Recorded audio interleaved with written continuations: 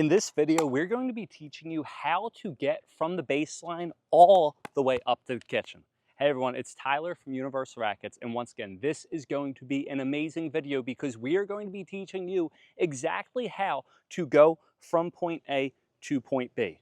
Remember, when you are up at the kitchen, you are in the best position to win pickleball points. Once again, if you can get yourself up here rather than back here, you are going to win many more pickleball points. A lot of beginner, intermediate, club level players, they like to stay back here, and what happens? You end up losing points. The closer you get to the kitchen, the higher likelihood of you winning. It just goes up. You're in a better position to win. Now why? Think, when you're up at the kitchen, you're hitting down into the court. Whenever you are hitting down, you are offensive. When you're back at the baseline, you are swinging up because you have distance to cover and you have to lift the ball over the net. Remember, this ball, it's a wiffle ball. It's not a tennis ball. Once you get to a certain level, everyone can block the ball back. It's just a wiffle ball. They're going to be able to go down on the ball. So if we can get you a little bit closer up to the kitchen and give you a better plan, you are going to, in return, win many more pickleball points. So make sure you buckle your seatbelts and stay tuned because this is going to be an amazing video.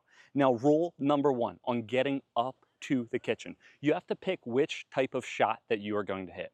Are you going to hit a drive or are you going to hit a drop? You have to have a predetermined plan. If A, then do B. If C, then do D. You have to follow certain rules based upon what shot you are going to hit.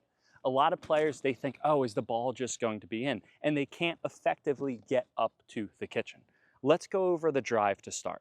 If you are hitting a drive, and what is a drive? It's just hitting a normal shot, probably off your third shot. You have to expect a short reply. And this is the reason why you might hesitate, why you might struggle getting up to the kitchen, because you're thinking that you just have to run up after you hit the drive. There's two things that go wrong when players hit the drive, and it's because they don't know exactly what to do. Number one, they hit and they sprint up forward. They think, oh, I gotta get to the kitchen. The most difficult ball to hit is a ball when you're running forward and having to go to one or the other side. Think, if you're sprinting forward, it's so difficult to change direction. However, if you're set, now you're able to push off to wherever you want to go. What you have to do is you need to think that when you hit the drive, you're not just running forward like it's the 2008 Olympics. What you need to do is you need to drive and then set your body, make contact, then move up and set your body again. Notice, it's 3, it's 4, it's 5 steps. It's not just 1 or 2 steps. It's not just drive and then run up and hit. The only time that you want to run through the ball is if someone is popping the ball up in there. Clearly, if someone's going like this to you, then you can run through that ball and smash it down. But any other time, you need to set your body.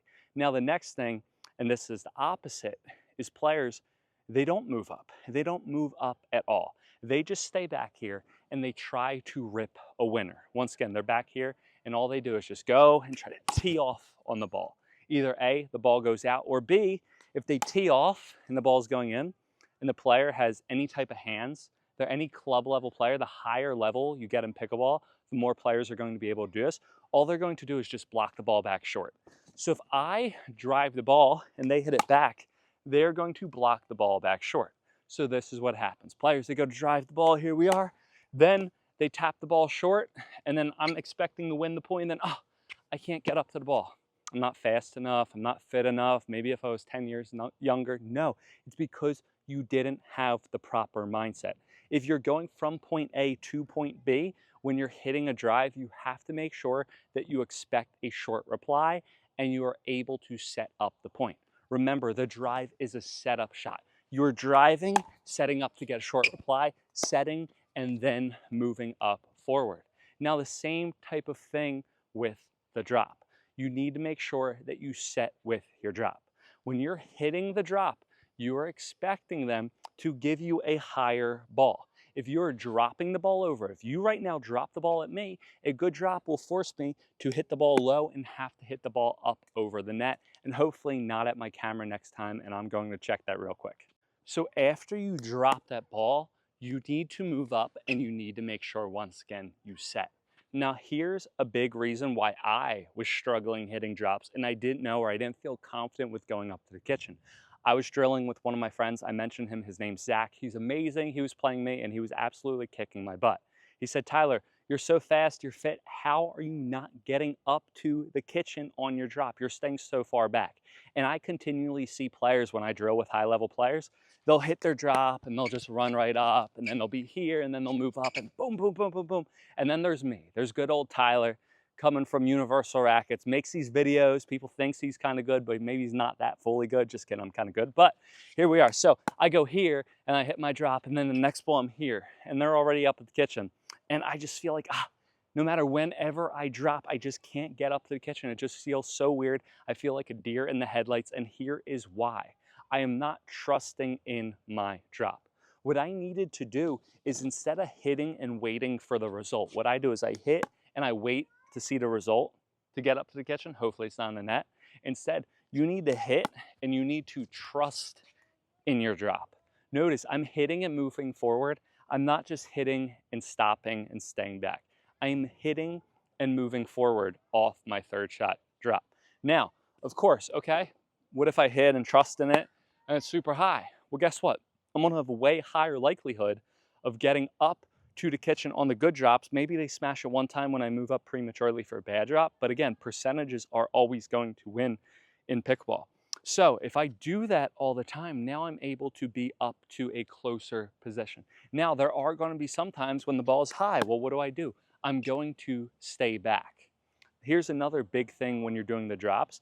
If they're high, a lot of players think, and this is the difference between recreational, club level, and more high level 5-5, 5-0, and pro. If you watch pro pickleball, how prolonged the rallies are. Because in pro pickleball, they smash the point down, they get the ball back, they smash the point, they get the ball back, they smash the ball, they get it back, and then they reset, and it keeps on going. Low-level pickleball, what? You pop the ball up, the point's over, I popped it up, they smash it, and they're back. Because either A, they give up, B, they pop it up and run in like fight or flight. No, what you have to do is, after you make contact, and if you pop the ball up and you think that the ball's up, say up, tell your partner stay back, or maybe your partner's looking, watch, I'm gonna pop the ball up, I'm gonna stay back. I'm gonna stay back, I'm gonna stay back, I'm gonna stay back, try to block every single ball. Now I get a good one, now I am going to move up. And even right there, look, I showed my habit. I waited to see if the ball was in or not whenever I should have just moved up to it. So that is what you need to do. You need to make sure that you trust in your drops, and if you pop it up, you stay back. If you feel good, you move up. And when you move up, we are going to specifically get into what that should look like. Let's go. So when I move up to the kitchen, again, it shouldn't look like this, a full sprint. It shouldn't look like this, hitting and then just staying back. It should look like this. I hit and then I set my body. I hit and then I set my body. Notice when I set my body, my feet are hips width distance. Here's where players go wrong. Their feet are either too narrow and they're not balanced and it's super difficult to pop up. So they're coming up like this and it's hard to move, or their feet are way too wide and they're in quicksand and they can't push off. I want to make sure that my feet are in hips width distance. Now, when you come up to the kitchen, the next thing you want to think about is your paddle positioning. A lot of players struggle because they're running up with their paddle down. Then the ball comes up and then they have to pick their paddle up. Think, the ball's coming, their paddle's down, they have to bring it up and then boom, they get jammed. Instead, you want to make sure that your paddle is always already up and out in front. So now if the ball comes to me and I set, look, here I am. My paddle, now the ball meets my paddle instead of my paddle meeting the ball. So make sure you're here rather than having your hands down. Now, clearly, if you have to cover a lot of distance, you can run and then put your hands up, but you always want to make sure your paddle's up. Now we're talking about our paddle being up, but let's talk about paddle positioning. I want to make sure the closer I get to the net, the higher my paddle is. The further back I am, the lower my paddle is. If I'm in the transition zone here and I'm moving up and I have to set, look where my paddle, it's kind of low. Why? Because if any ball came up here, around here, the ball's going to go long every single time. If I'm right here, look, I'm going to either make contact, or if it's anything higher, the ball's going to go out. But if I run up here, now all the balls are going to come to my chest. My hands are down, I can't get it up in time. So I need to make sure my hands are always up so I can get that next ball. So remember, the closer you get, the higher your paddle's up. The further back you are, the lower your paddle is down, because that's wherever the ball, if the ball goes long, again, it's going to go out. Now, when you move up, you always want to make sure, again, your feet are set. So you want to move up here and you want to set with your body. Notice when I set, my feet are hips width distance. I'm never here, or I'm never here. I'm not here. If I go like this, that's never going to work. It's never going to be possible. So when I'm hitting, if I'm just stepping, I'm going to be lunging and I'm going to be picking the ball up. So I'm going to be like this. If I'm like this, if you ever see yourself get caught, and if you're doing this wrong in a match, like stop, slow-mo, and stop exactly where you are and see where your feet are positioned. If I'm ever in this position, where's the ball gonna go? The ball's gonna go up every single time. If my feet are split, I'm gonna hit the ball up. If my feet are square, I'm going to hit the ball forward. Remember, again, if my feet are split, the ball's gonna go up in there every single time. I'm gonna lunge. But if my feet are square, now I am able to hit the ball forward. The next thing that you want to do is you want to have soft hands. And what I mean by that is when you are moving forward and the ball is coming at you, what's going to happen, and it's thundering like crazy, but I think it's all the way over there. I might run soon. It's pretty crazy, actually. It's like perfectly, okay, but let's keep going. You want to make sure that you have soft hands. And what I mean by that is you want to absorb the pace. If you're swinging out to the ball when you're moving up, the ball is what? The ball is going to get popped up. If you're swinging while you're moving in with your momentum, the ball's going to go high or it's going to go long. So make sure you keep your hands out and you set. When you set, you just hold your paddle out and let that ball deflect off your paddle. You're not hitting forward unless you're closer to the kitchen line. You're just holding your paddle out and trying to deflect off the paddle, and that is a big tip. Now, when you are moving up, when do you want to be like this? Once again, when do you want to be like this? Well, you hear some people on all these platforms say, and they're more advanced, they say that you want to make sure that you set when your ball crosses the net. Now, I have been trying to do that. I continually try to do it because I look up to a lot of these YouTubers and coaches, but I still personally can't be like this when my ball crosses the net. I do not understand. However, I've played tennis for years and years and years, and I'm not playing Ben Johns. I'm playing at a 5-0 level. I have time to split when my ball makes contact, or when my opponent makes contact. So whenever my opponent makes contact with the ball, I want to set my body. Again, before, players were saying that after your ball crosses the net, that's when you want to set. Maybe that's why I'm a little bit off, but if you want to make it super easy for yourself, whenever your opponent makes contact, you want to set with your body. So whenever my opponent goes here, then I'm here. So I'm gonna hit the ball, they're gonna make contact, I'm gonna set. Then I'm gonna hit it again, they're gonna make contact, and then I'm gonna set. A great way to think when you transition up to the kitchen is that you're on a ladder. You're here, you're here, you're here, you're here. You're continually moving up and forward while you're staying on your ladder. You're going rung after rung after rung after rung, and that's going to help you get up to the kitchen. Now, a couple of great drills to do is just get your partner to go up to the kitchen line, hit balls to you start back at the baseline, but every ball you have to move up, you have to set, or you have to move back. And that's what we're going to be talking about now while we're kind of incorporating this drill.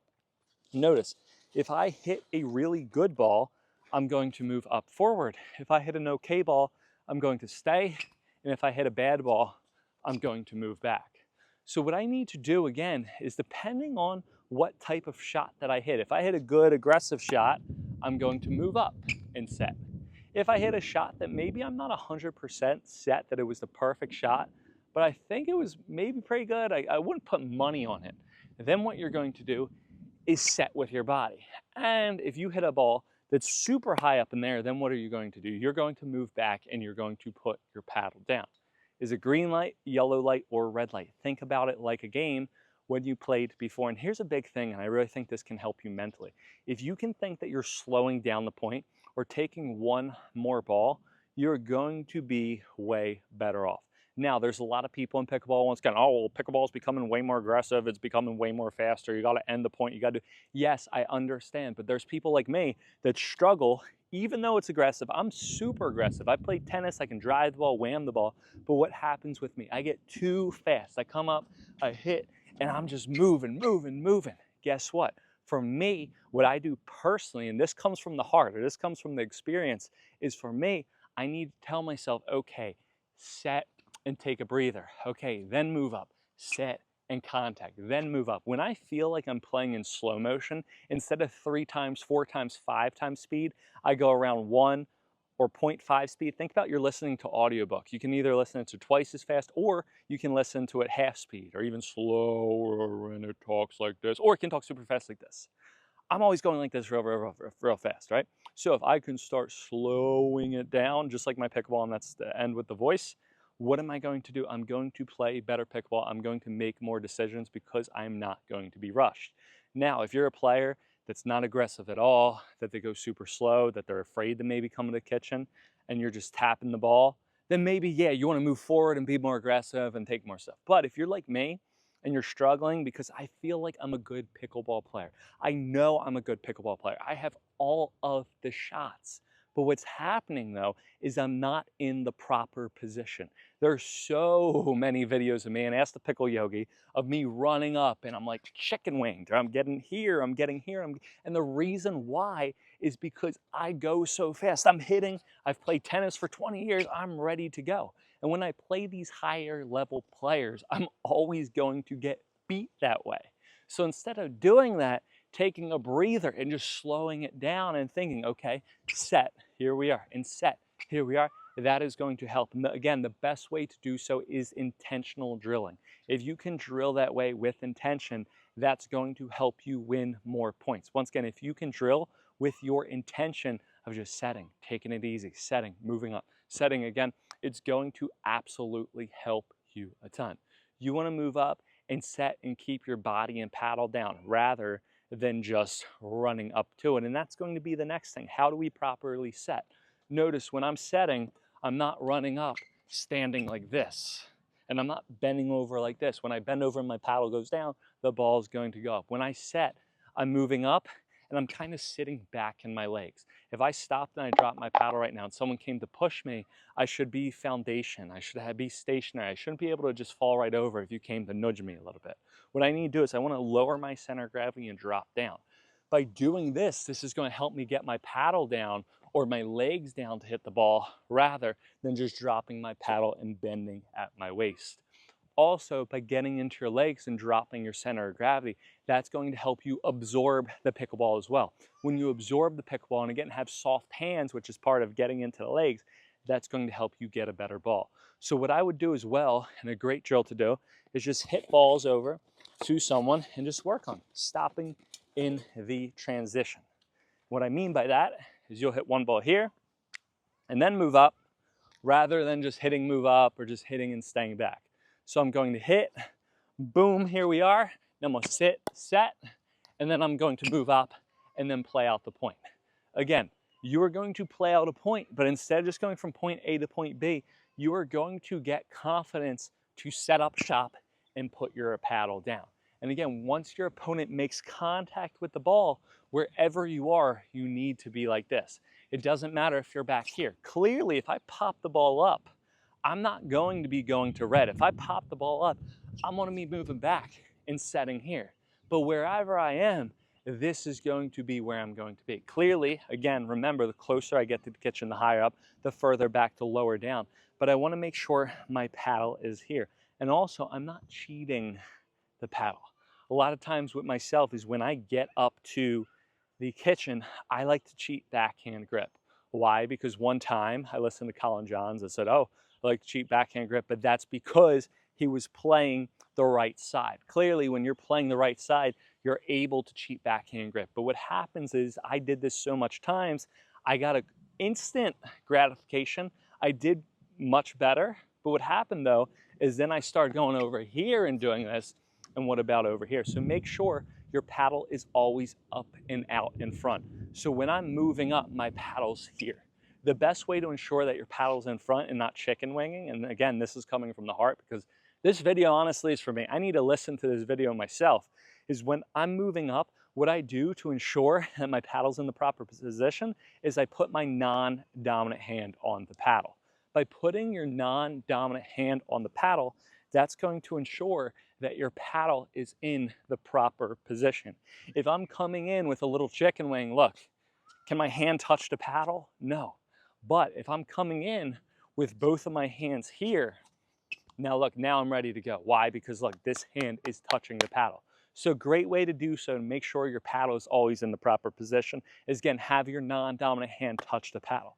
The next thing that you can do is, if you're taking a big backswing or if your paddle's not in the proper position, what I want you to do is I want you to get 2 pickleballs and I want you to put them under your armpits. The reason why you're going to put 2 pickleballs under your armpits, and it's going to feel really weird, some people like to have like a long broomstick or a ball tube, we could do as well, but look, by keeping these pickleballs in my armpits, that's going to ensure that my hands are up and out in front. If I take my paddle back or I move my elbow, the ball's going to fall out. So another drill that you can do, and again, this is going to be really weird, if I have someone hit the ball to you, just work on setting and taking balls here. Notice the moment my elbow leaves away, the moment I'm taking my paddle back, and the moment I'm getting jammed or popping the ball up. So make sure, again, you think that you have pickleballs in your armpits, you're keeping your paddle out front, and you're moving up to the kitchen like this. Remember, you're approaching the kitchen, you're getting up to the kitchen, you are not sprinting to the kitchen. If it's high, move back. If it's okay, set. And if it's really good, move up. Remember, it is not a sprint. You're moving up on a ladder, you are taking your time, you're slowing it down.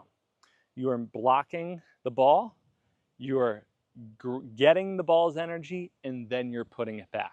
Clearly, if the ball is higher, you can go hard. If you're more advanced, there's players, and again, I love these coaches that say this, you want to be back here and you want to go hard, you want to go hard, but that's only for a certain type of person. If you're not that type of person, or if you're playing someone who has a really good drive or they have really good hands, then yes, you want to absorb, because when you absorb, it sends the ball back lower, and that's going to force your opponents to hit the ball up rather than hit the ball down, and you are going to win more points. Now, this was a little bit different type of video. This is going off into the strategy session.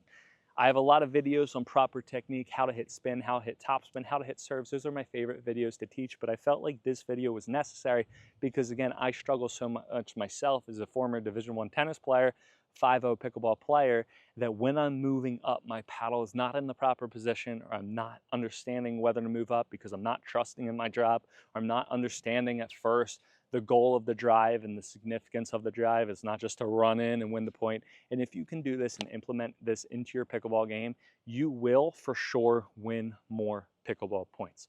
Make sure you, again, get your body down. Keep your body sideways. You're never turning and taking your body back. You're never ending up like this. You're always like this, and you are going to be good to go. If you have any questions, comments, or concerns, please let me know in the comments below. It's been a pleasure working with you guys in this video. I hope you can bring all this stuff and instantly improve it into your pickleball game. And again, I'm telling you, if you slow it down and keep your paddle in front and make sure that your body's square, it's going to help you. There's no question whatsoever. The best way to support this channel is not to give a tip or whatever it's called. It's not to subscribe. You don't need to do any of that. What you do need to do is share this with your pickleball friends. Please share this video and help spread the word about Universal Rackets pickleball programming, how we are able to instantly help you improve your game by just watching a video instead of having to take tons of lessons, unless you come to Universal Rackets clinics or watch thousands and thousands and thousands of hours of YouTube videos. The best way, once again, is to share this with all your pickleball community unless you're playing them. If you're playing them in the next week or next month, do not share them this video. They're going to be running up now after this video, and they're going to be here, and they're going to be here, and they're going to be moving up so much easier instead of just having to try to kill every single ball. And guess what? They're going to maybe beat you because they know now how to move from point A to point B. So again, if you're playing them, don't share it to you. If you're not playing them, please share this video, help them out. Have a good one. See you guys next time on court. And yes, come on, move up point A to point B. Get there safely, get there properly. Thank God it didn't rain, spared me, even though that thunder was crazy. And I'll see you guys next time on court.